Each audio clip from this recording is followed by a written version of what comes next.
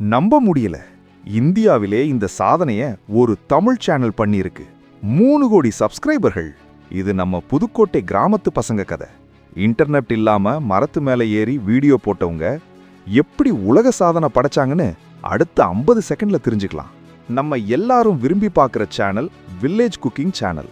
அவங்க சமையல், அந்த அன்பான பேச்சு, அதுல பெரிய தம்பி அண்ணா சொல்லும் இன்னைக்கு ஒரு புடி. இதெல்லாம் இப்ப வெறும் தமிழ்நாட்டுக்கு மட்டும் இல்ல. ஆனா ஆரம்பத்துல அவங்களுக்கு சிக்னல் கிடைக்கல. 8 மாசம் ஒரு வீடியோ கூட பெருசா போகலன்னு தெரியுமா? அவங்க போட்ட முதல் 55 வீடியோவும் ஃப்ளாப்பு தான். அப்பவும் மனம் தளராம தரத்தை மட்டும் பார்த்து வெறியோட உழைச்சாங்க. அந்த பிடிவாதம் தான் இப்போ ஒரு பெரிய மைல்கல்.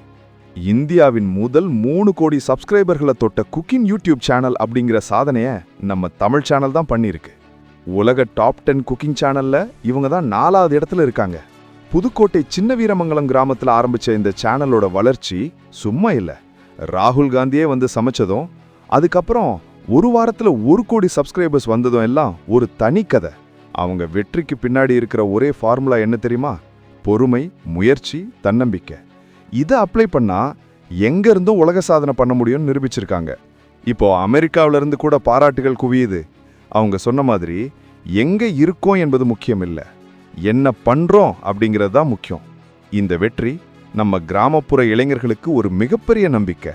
நம்ம மண் வாசனைக்கு உலகத்துல பெரிய மரியாதை இருக்குன்னு நிரூபிச்சிருக்காங்க. அடுத்தது 5 கோடி சப்ஸ்கிரைபர்ஸ் இலக்கு தான். நம்ம எல்லாரும் அவங்களுக்கு சப்போர்ட் பண்ணுவோம். விசிசியில உங்களுக்கு ரொம்ப பிடிச்ச ரெசிபி என்ன?